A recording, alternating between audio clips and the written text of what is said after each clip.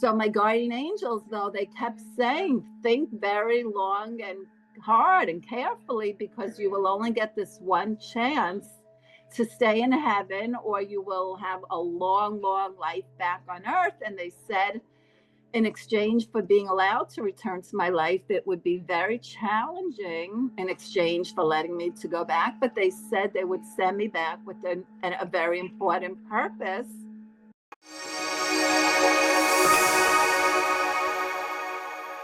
My guest today is Elissa Hope, who had a near-death experience as the result of an overdose of nitrous oxide when she was getting a cavity filled. In addition to that, she's had a very unusual connection with a person who died that she found out was one of her twin flames. And we're going to talk about the signs and synchronicities, which is very similar to the situation I've had with my passed away loved one. So, Elissa, welcome. Thank you so much for joining us today. Hi, Lori. Thank you so much for having me. I'm so excited to be here. I am excited too. Like, I'm going to disclose with the audience, when somebody has a near-death experience, a lot of times they have abilities they didn't have before. And one of the ones I'm going to tell everybody that Elissa has is that she manipulates electronics. We had so much trouble setting up this call. We Right. probably got disconnected on our phones 7 or 8 times, because this is what happens when somebody goes to the other side. They come back and their body and spirit, even in the physical, is changed. So Yeah. you had a near-death experience, and before you share it, I want to tell you, I have talked to one other person who had a near-death experience this way, where they died from an overdose of nitrous oxide. So I want to share with you something really quick, because I actually have something in common with your experience. That when I was 12 years old, I had Right. a cavity, and it was during the summer, and I rode my bike to the dentist's office, and they asked me if I wanted the nitrous oxide, the laughing gas. And, I'd had it before, and I said yes. And I think he gave me too high of a dose, because I started to leave my body. Wow. Yeah. Completely freaked out and slammed back into my body. And I didn't have nitrous oxide again. As a matter of fact, after that, as an adult, I have had 2 cavities filled with nothing, not Novocaine. I won't do Wow. anything sometimes because of the way that that freaked me out. So Right. I Right. would love for you to share in any way you want to share how your near-death experience happened. And then I would love Yeah. to ask you questions about it when you're done. Okay. Yes. We do have so much in common, We do. Yeah. So what happened to me? I was 14 years old, and my mother, she couldn't afford to take me to my regular dentist because my parents were separated, and my dad wasn't giving her the money that he normally did. So I had to have a cavity filled. And a clinic just opened up 5 minutes from my house. So she took me there thinking nothing of it. So it turns out, I mean, who knows if he was even a real licensed dentist. He gave me an overdose of nitrous oxide. I mean, I didn't even, like you said, you felt that you were leaving your body, but no, I didn't. I mean, the only thing I remembered, I'm in the dentist chair and they put the mask over my face, and then the next thing I know, I'm traveling through a long, dark, speeding tunnel. Now, this is just my soul. My soul left my body. I'm traveling through a long, dark, speeding tunnel that seems to go on for miles and miles and miles. And I wasn't really afraid. I think subconsciously I knew that my soul left my body, and I just was wondering, like, where is this tunnel leading me to? And then all of a sudden, it opens up, comes out into the brightest light where my 3 guardian angels are waiting for me in the light. And they told me that I had an accident at the dentist. They said I died, and they said I was safe with them in heaven. And they gave me the choice to stay with them in heaven or return to my life with an important purpose. So I kept saying, I have to go back. My mom really needs me, because I knew that she was going to be going through a divorce, and I was her only daughter. I have 2 older brothers, But my mom only wanted a girl, so she kept going until she had me. And I just felt like, how can I leave my mom behind, you know? So my guardian angels, though, they kept saying, think very long and hard and carefully, because you will only get this one chance to stay in heaven, or you will have a long, long life back on earth. And they said, in exchange for being allowed to return to my life, it would be very challenging in exchange for letting me to go back. But they said they would send me back with a very important purpose. But again, they said, you will be so much happier if you stay here with us. They said if I did choose to go back, I was going to go through something very challenging that I didn't even think that I would survive. They said, but you will survive it because we'll be watching over you to make sure you get through it. So there was a big, tall, white door.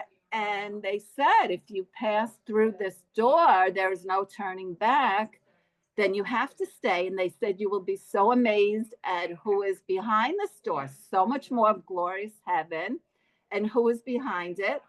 So every time they said that, I would inch a little closer to the door and I would say, okay, I think I'll stay. But then they said, we want to show you one thing before you make up your mind. They show me, the next thing I know, I'm seeing my funeral, what it would be like had I chose to stay. And everybody was there, my family, my friends, teachers, neighbors, everybody was there. And everyone was upset, but the only one who was beyond grief stricken and consolable was my mother. And she kept throwing herself on top of my casket, screaming, crying, Elissa, Elissa, my baby, don't leave me, come back to me. So I said to my guardian angel, see, my mom really needs me, I have to go back. And they said, of course, she'll be very upset, but in time she won't be as, inconsolable as she was there. So again, I would inch closer to the door, but then I would see my mom flinging herself again. And then I would say, I was crying. I said, I don't know what to do. And then all of a sudden, God is standing right before me. I'm face to face with God, our Heavenly Father, creator of the universe. And God said to me, what's the matter, my child? Why are you crying? Why are you so upset? I said, I have to go back. My mom really needs me. So immediately he turned to my guardian angels and he said, send her back immediately. And he said, but I'm sending you back with a very important purpose. He said, it won't be revealed to you fully. He said, I wasn't going to remember what my purpose was until the time was right. So because I was just too young at 14 to handle such a big responsibility of being God's messenger. So I said, I understand. And I said to my guardian angels, I hope you're not mad at me for choosing to go back, because they really wanted me to stay. So they laughed. They said, of course not. We'll be watching over you the whole time. They said, when I'm feeling really lonely, I'm going to feel something stroking my hair. And they said it was going to be them comforting me. And a little more went on, but I never tell the whole entire story because I don't want to ruin it for anyone who will read my book, Hope from Heaven. So my soul was going back through that long, dark, speeding tunnel. And when just before it was fully in my body again, I saw and heard everything at the dentist going on. They were still performing CPR on me. And the hygienist was doing the CPR, the 3 thrusts on my chest, the 3 breaths in my mouth. And she said, there's still no pulse. And the dentist was frantic. He was screaming, crying, don't give up, don't give up. I can't, he's saying, oh my God, this never happened before. Keep doing the CPR. He said, we can't lose her. Don't give up. She's only 14. So the hygienist again did the 3 thrusts on my chest, the 3 breaths in my mouth. So a couple seconds later, she said, there's a pulse now. We have her back. So I was still like, so, delirious. And I said, what just happened? I was just in heaven. I said I was with God. And the dentist said, I believe it. You were gone. He said, you had no pulse. We almost gave up. We couldn't get a pulse back. He said, something went wrong with the nitrous oxide. He didn't finish. And he said to me, do you forgive me? And I knew it was an accident. And I thought it was so amazing. I was just with my guardian angels and with God, in heaven. So I told him I forgave him.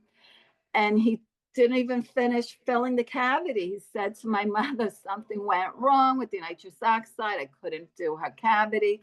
Take her home, have her lay down. If she doesn't feel well, take her to the emergency room. And the reason why he said that was because my mom and I heard on the news a couple of years later that a 17-year-old girl died the same way, getting a cavity filled at the dentist. And she too had no pulse from the nitrous oxide. They revived her, but when she went home, she went to sleep. She was found dead in the morning. So unfortunately, it happens more often than people know. So I never got nitrous oxide again. Thank you for sharing the near death experience. This is Yeah. amazing. I have so many questions for you about this. It's so interesting, Elissa, that you have this experience when you're 14 and your recall is still exactly the same for you that it was right after it happened. But I'm also curious, I always ask this question to people who have had a vision of what was happening to them while they shouldn't have been able to understand what was happening to them because they would have been out of their body. Did you ever get a chance to ask either the dentist or the hygienist about some of the things that you saw, that you heard while you were not in your body? No, but I believe it was because my soul was going back into my body, even though, it took maybe, I'm going to say maybe a minute until I heard her say there's a pulse now, but just probably because my soul was, almost back in my body again. I would think that that was why. Yeah. Yeah. And also, I'm sure like you didn't go back there again. So it's not like you were No, I never having, went there again. oh, I can imagine. So your mother is in the waiting room Yes. and she didn't have any idea that Mm-mm. you had died. At what point in Right. time did you let her know that they told you that you went and they Right. were trying to get you back? Yes. So I did not tell my mother but I told my best friend that same day that it happened. Of course. Of course, right? I only felt comfortable confiding in my best friend. My mom was like, maybe she's gonna blame me. You know how teenagers always get blamed for everything. It's true. It's so Yeah. true. So my mother, I did not tell her until we saw 3 years later that 17-year-old girl in the news died that way. Oh. And I said to my mother, I just did say to my mother, though, that day when we were leaving the dentist, I just said, never take me here again. That was all I said. And she knew something happened because he couldn't fill the cavity. And she just said, okay. So, but when we watched that on the news, I said, that's what happened to me. I said, I died. And I said, I came face to face with God. And I told her everything then. And she just said, thank God that I chose to come back to her, because she said she felt like she would have died of a broken heart. It sounds like she would have. Well, you saw this scene of her wailing and Yes. calling for you on the casket. So this is Right. super interesting.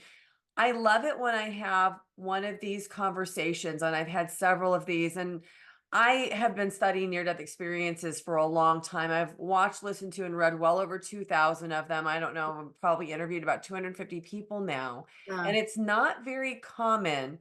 But what is really interesting that I have noticed over all this time is Yeah. that when somebody is dead, Mhm. and they have a loved one very close to them or even somebody who's trying in the process to revive them, when Yeah. they are calling somebody's name with a heated emotion, it Yeah. seems to be powerful enough to reach across the veil, and Mm. it that lands on the soul on the other side. And Yeah. even though you were given a choice, and Mhm. you were able to see what would happen at your funeral. I Right. wonder from watching all of these and hearing this over and over again, if the power of you coming back was actually your mother at the funeral crying, wailing, saying your name and asking you to come back. And I wonder what your Yeah. thoughts are about that. I have to agree, yes, because she was the only reason why I did come back. Otherwise, I was going to go through that door where there was no turning back, you know. Yes, I mean, I agree with everything that you said. You know, I think the love between a mother and a child, it's just so strong, that bond. You know, I feel like it was, I'll tell you one thing. When my mother was on her deathbed 2 years ago, you know, it broke my heart to see my mom suffering. So I was crying, and there was a wonderful social worker there. And she knew my whole near death experience story. I had told her about it, and she ordered my book, pre ordered it, Hope from Heaven. So she said to me, she said, your mother would not trade 1 ounce of her suffering now for the gift that you gave her, that you chose to come back to her, and you gave her 40 more or 42 more years of you know, with her. She said, your mother would not trade 1 ounce of what she's going through now. So I stopped crying and I hugged the social worker. And my mother couldn't talk, my mom. My mother was smiling when she heard that. You know, my mom could hear, but she couldn't speak. So when she said that, you know, it's just my mother and I have to tell you, when I was in heaven, my guardian angel said to me, when they said, think carefully to stay in heaven or return to my life, they said, your relationship with your mother, they said it's not going to be a bed of roses. It's going to be a very turbulent one. But they said, you're going to have a very special bond and connection, and you'll be able to read each other's minds, know what the other one is thinking, and finish each other's sentences. And they were so right. It was so that my That's mother even, beautiful. yeah. So I do, you know, my mom is the only reason why I came back here. And I know I never heard of anybody else having a near death experience where they did get to see their funeral if It's they really chose not. unusual. I've only No. encountered it probably I could count on one hand how many people attended their funeral and saw that and Oh, came really? back. Okay. Very Yeah. unusual. Yeah. It's so fascinating. You know, and I did come back from heaven very clairvoyant, and I have dreams and visions, and it happens, you know, premonitions. So, Sure. and I, That's super yeah. common that people come back with abilities that they didn't have before. And I'll ask you about that in a second because I want to dig into that a little bit more. But I still have a couple questions about what you saw on the other side. So you saw your guardian angel. So for the Mhm. people who are watching, not everybody is super familiar with all of these concepts. In your opinion, based on what you experienced, what are our guardian angels? Are they only specific to you? Or does everybody have them? My guardian angels, well, my guardian angels, they all looked the same. They had long blonde golden hair and the porcelain skin, the big blue eyes, and they were all in white, long white flowing dresses. And you know, I remember thinking maybe they're triplets because they all looked identical to each other, you know, and they had most beautiful, sweet, kind, gentle, loving voices. They were really so beautiful. And also, I would like to say that God was in human form. And I was just, it's hard even to put into words, you know, what God looked like, because, you know, it was just, I mean, I thought it was going to be an ordinary, typical day, you know, in the life of a teenager, to be standing face to face with God. He looked like, I've seen a couple different pictures, paintings of Jesus. So there was one where he resembled, but God's face was older, more mature looking. which makes sense because Jesus is the Son of God, right? And God had the long brown wavy hair, and he had big brown expressive eyes. I remember thinking when I saw his eyes, I always wanted blue eyes. Everyone in my family has blue eyes but me. But when I saw God has like the same color eyes as mine, I never wished for blue eyes again. And, he had beard, and he walked with a cane, and he had on a long white robe. He had on gladiator sandals. He had a very strong, deep, powerful voice, but at the same time, it was so loving because all I had to say to him was, I have to go back. My mom really needs me. And he said, I understand. And he told my guardian angel, send her back immediately. So, I feel like ultimately God made the decision for me, even though I said I have to go back. My mom really needs me. But, I feel like he knew really what was best for me to do, right? And he sent me back. I mean, that's what I think. And don't forget, I was only 14 years old. So, Yeah, that plays into a question I have. This is a very subjective question. mhm, Because you're 14, when right, I hear of your description of God, it seems very much like what a 14-year-old who's growing up in some type mhm, of a Christian religion, Catholic religion, Jewish, whatever, yeah, whatever it is, right, would maybe picture God to be at 14, where when I talk to adults who have had near death experiences, for the most part, God doesn't appear in a human form, appears as a light. So I'm wondering if you think that you were shown what you could handle and understand because of the age you were in your right. near death experience. What do you think about that? It's possible because I have had a lot of people say that to me, because I would always say, no, no, no, that is God. That was God, because people would say, well, he'll take the form that, he feels that you'd be able to maybe, comprehend, like you were saying. So I was saying, well, I mean, this is what happened to me. I know I was dead. They were giving up on the CPR. I had no pulse. And I just know that I was in heaven and with my guardian angels. And I know that was God because God said, he called me, he said, what's the matter, my child? And we're all of God's children. So I can tell you that when my beloved boyfriend died, 2 weeks after he died, God's spirit came down to me, this time not in human form, in spirit form. I was in my bed and I was woken up and I looked up on my ceiling because this was 2 weeks after my boyfriend died. I felt like I'm dying of a broken heart. I felt like my body's shutting down. I just couldn't bear just knowing I'm never going to be with my boyfriend again physically in this lifetime. So I look up on my ceiling and there's a whirling mist with light light whirling down towards me closer and closer until I see both arms extend with all this light radiating down throughout both arms.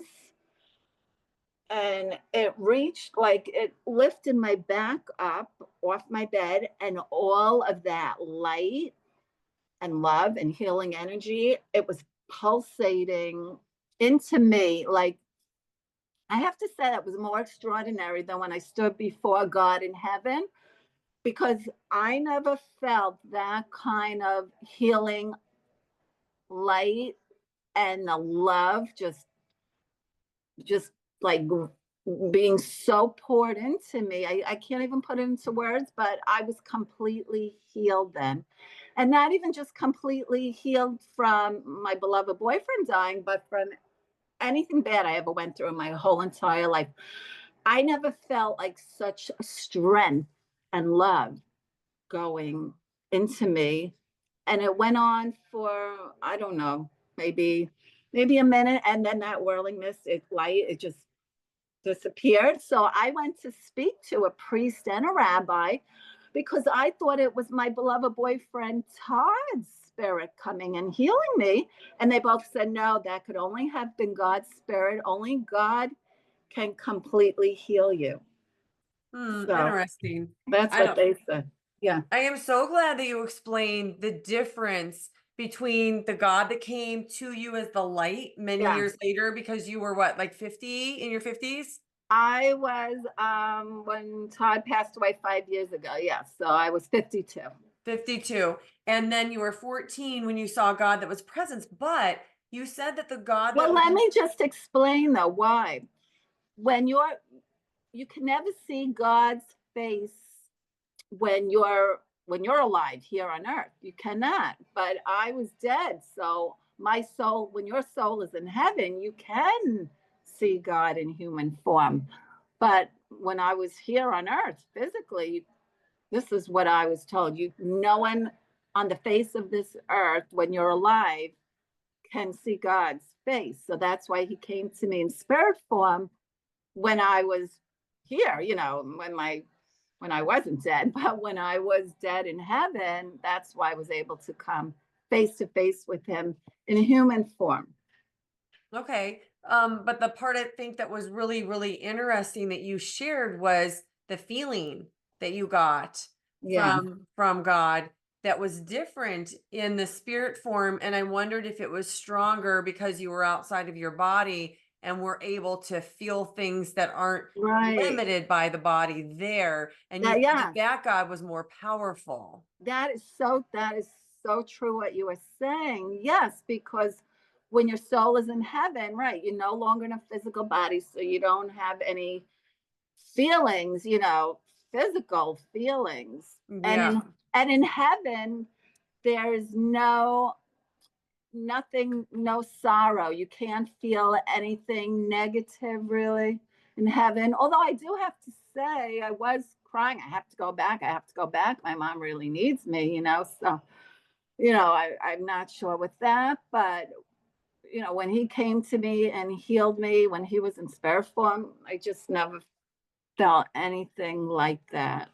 Wow, that's incredible. All right, the Yeah. last question I want to ask you about your near-death experience kind of is going to take us to the other part of this story, which is so incredible, which is your connection that you had with the man. So Yeah. you were told when you were 14 in your near-death experience that you were shown what your life purpose was, but you wouldn't Right. have it revealed to you until many, many years later. So, will you explain to us what you've been able to uncover about what the life purpose for you is? Yes, it's to do spiritual healing, which is why the best way that I knew how I could reach out and help so many people spiritually was when I wrote my book, Hope from Heaven, because it's traditionally published, so it has worldwide distribution. And all of my royalties goes to animal rescue because Oh, I'm so oh my my gosh, I love that so much about you. yeah, oh my gosh. We could do another whole You podcast probably could. with my love for animals. Yes, I'm the biggest animal lover. My mission is to expand a good no-kill animal shelter. And I always say if you spell dog backwards, it's God, and God, yes. they are God's gift to the world. They are So God's gift to the yes. world. All right, will you share your story of your love who passed away? My purpose was revealed to me years later by my beloved twin flame, my boyfriend Todd Irvin. He was a famous supermodel. We fell madly in love. We were both separated, going to get divorced, to get married. When he died suddenly, and I had no idea that he died. He came to me in a visitation dream and he held me. He told me he loves me. He will always be with me. And then when I woke up, I found out he died. And it's been nonstop afterlife communication from him. So he let me know on the morning of his memorial service. He let me know that we're twin flames, and he revealed my full purpose to me. It was really so breathtakingly beautiful. When I woke up, I looked out my window, and there was a pair of beautiful swans floating gently together in the water. And it's not like they were just sitting there waiting for me to wake up, right? What's the odds? Look out the window and see them still floating gently right before my very eyes. In the 18 years that I'm living at my house, there has never been any swans in the water. We get seagulls or geese, never swan. So I knew it was a sign from my beloved boyfriend, and I ran down to the water. As soon as the beautiful pair of swans saw me, they turned towards me, their necks entwined, and their bills touched, kissing, which you could imagine. It was so, breathtakingly beautiful. So I ran back into my house. I Googled, what does a pair of swans mean? And it came up immediately that a pair of swans are the twin flame spirit animal, and they represent the eternal love of oneness between two beings. Twin flames are one soul that was split into two bodies and share the same consciousness, and they are only sent here in their last lifetime when their soul is very advanced. They're sent here as a light worker to raise the vibration of love and energy throughout the world. So that was how I knew my full purpose was that not only am I God's messenger, I'm also a twin flame to do spiritual healing here on earth. And my beloved twin flame, Todd, he's still guiding me from heaven to help us complete our twin flames mission together. It's really, really fascinating. And he comes to me all the time with messages and visitation dreams. How you connect to spirit on the other side, because I also believe that this is part of your connection that you brought back, these abilities to connect with people on the other side. Yes, absolutely. Yes, I'm able to connect with any loved one that passes away who I'm close to. They always come to me with messages and in visitation dreams. If you go to my YouTube channel, Elissa Hope 4524, you'll see a visit from my deceased twin flame. God's spirit caught on camera. You'll be amazed at what I caught in my backyard. I filmed it. My Todd coming to me as my angel. You'll see the angel on the grass, and then God's spirit is up in the sky. You just go to my YouTube channel and there's all these birds circling around the angel and God's spirit in a frenzy, because birds are messengers of spirit. So, and two of those birds then moved into my garage, made a nest, had their babies, you know.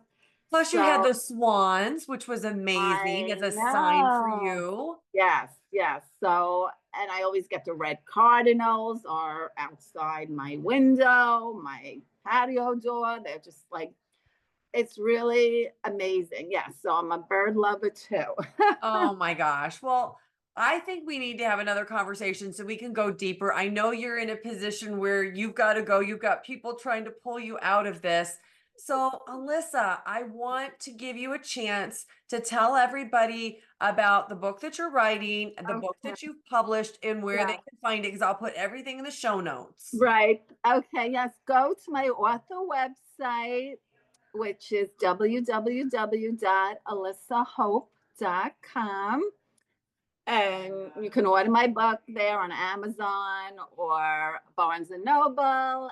And it was the #1 new release in near death experience Oh, book. Thank congratulations. you. And I am writing a follow-up book, but that wouldn't be out for, a couple more years because Well, it these takes videos live in time. perpetuity. Who knows? Maybe somebody's watching a Yeah. couple years from now and it's already there. Right. And I'm hoping that Hope from Heaven will be turned into a movie, because I've spoken to some Hollywood producers about it, but it takes some time for that to happen, if it even happens, because the whole thing is, financing the movie, so it's a lot. But they are so fascinated by it. So I did have some Hollywood producers contact me. So Well, that's that would be exciting. really exciting. I Yes, really hope yes, that works out for you, yes. and we'll have to Yeah. keep in touch, and when that happens, I'll have to have you come back and talk about that too. Oh, I sure will. Yes, yes. Well, And again, all of my royalties from Hope from Heaven goes to animal rescue. So you'll be doing a good deed. You know? love it. Well, Yeah. Alyssa, I want to tell you first of all, thank you so much. I know it takes a lot to be vulnerable and share these stories with the world. I also love what you're doing to help people have hope that love never dies. I Yeah. believe the same Yeah. thing. There Yeah. are signs and our loved ones surround us, that our angels are with us, that we can call on them, and Yeah. that we have the power of God as well behind us, watching us. Yeah. Absolutely. To know that one life breathes easier because of me, that is purpose and my purpose. That sums it Oh, up. that is the purpose of your purpose. Well, Alyssa, thank you so much for what Thank you're you. doing to wake up the collective consciousness. It is so needed right now. Thank you for having me on, Lori. It was my pleasure. God Yes, bless you and and thank everybody. you everybody for watching. Thank you. Bye. Next up, check out this playlist of other NDE interviews. Please like and subscribe. It really helps this channel to grow so I can bring you more content.